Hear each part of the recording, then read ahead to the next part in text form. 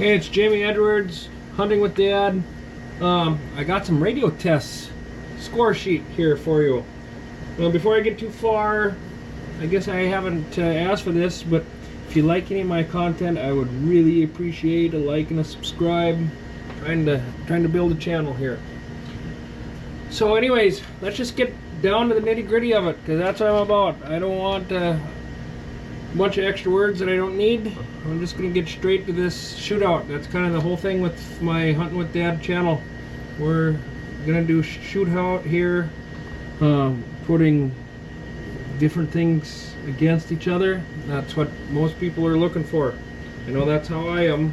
I'm looking for not just a review, not just an unboxing. I want some real world head-to-head test. So that's what we got here. Without further ado, here's my score sheet. We'll just kind of go through this line at a time here. I'm going to cover up, I think we'll just do one here at a time. So first one I did was this TidRadio M11, right?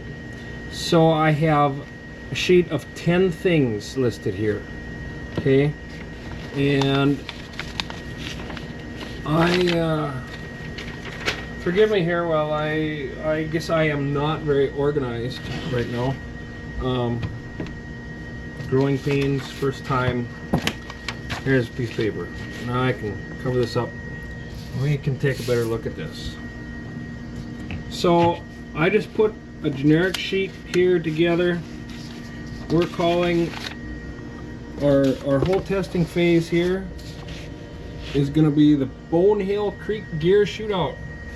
We live here on the Bonehill Creek in North Dakota, so that's kind of home territory. So a little homage to that. So anyways, this TidRadio M11, first one, I've got build quality. I scored this at an 8. It's pretty good. It's got some rubber grips on it. The belt clip is, I don't know, at first I thought it was kind of hokey with the way it was clamped on, but I haven't had any problems with it. I haven't lost it. You know, it's a lot of plastic. There isn't so much grip on it, so I rated it at an 8. Comfort and fit, I put it as a 7. For myself, I have smaller hands. It actually fits really nice. I would have probably scored it a little higher. I like to have a little extra rubber grip on it because it can get a little slippery. Get your hands a little wet or a little cold. I think it'd be a little easier to drop it. So I only rated it as a 7. I should back up 1 second, and I should say on my scoring, I score from a 0 to a 10. A 0 would be a feature that would be non-existent, and a 10 would be absolutely perfect.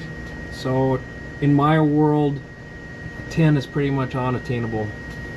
So and unless there is a feature completely missing, I probably won't have any zeros. So back to functionality and layout here, I scored it as a 7. There's no buttons. I do like that. So there's nothing to push other than the 2 buttons on the side. So that's where my biggest concern came in. There's no lock. So you tend to hit this button right here, it changes the channel.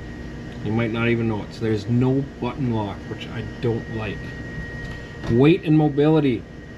It is nice and small. It fits in a shirt pocket. It's not heavy. So scored that at an 8. Storage capacity, I listed that as charge basically. You can talk a lot on it. I would charge mine up overnight, but it gets used for many minutes at a time every hour, and we never had a problem with them going dead. So on a 10-hour day. So I think it's pretty good there. Ease of use is real simple. Just a dial here with volume and up and down channel to change channels. You can hold the channel in and get weather station or light. So very simple. I give that a 9. Weather resistance, I did not check. I didn't throw this in a bucket of water. It's rated to be water resistant, not waterproof. So I gave it a 9 for that. Safety features, I gave a 7. It has a light and it has a it has the weather station. So I gave that a 7. It could probably have a few more features. Value for the price, I'm gonna rate this as an 8. The price on it was like $10, and for what we got, I feel pretty comfortable with it. Overall performance in the field, so it's rated for 10 miles. We got 4.5 out of it, pretty good. 5 of it was scratchy, and then it becomes non-existent. So I rated it a little better than right in the middle, saying, well, if it got half the range, it's gonna get half the score. So total score, 77. Not great, but still a pretty good radio. So let's move on to the Cobra. Build quality and durability.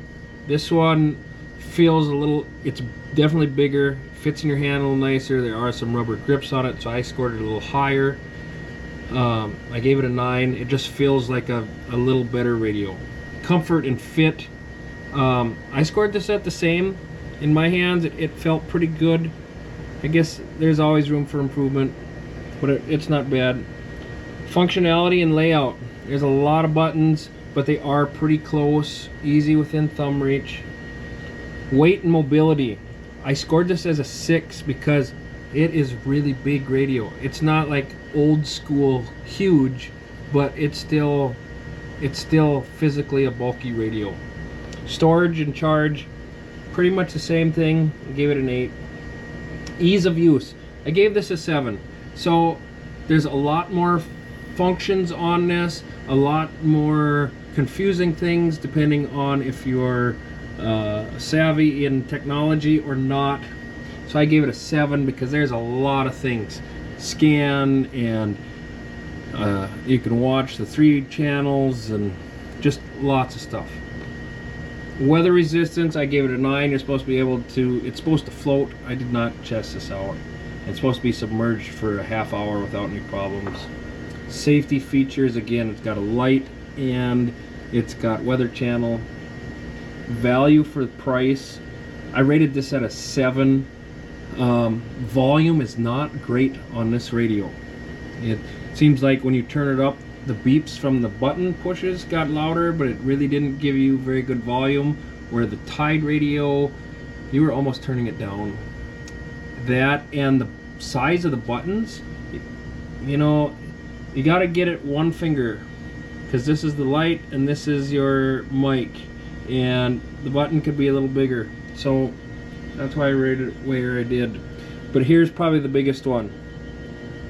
Overall performance in the field. They rate this at 37 miles. We got 2 miles line of sight. I put one guy on a hill and I went to the other side of the valley, and they're out here in the middle of North Dakota. There's literally nothing. There's one tree in between us. We can see each other from one vehicle to the other 2 miles away. At 2.25 miles, it was very scratchy, and at 2.5, you were gone. There was absolutely nothing. So 2 miles out of 37, that comes out to like a 0.5. I rounded up, I gave it a 1. Overall score, 68. So putting these two together, I think this M11 is a way better radio for the money. Considering this is a $10 radio and this is a $40 radio, I was very, very disappointed in the Cobra. Now I'll move on. I added a latecomer here. One of my bonus sons gave my daughter these for when we go camping. It's a kid's radio.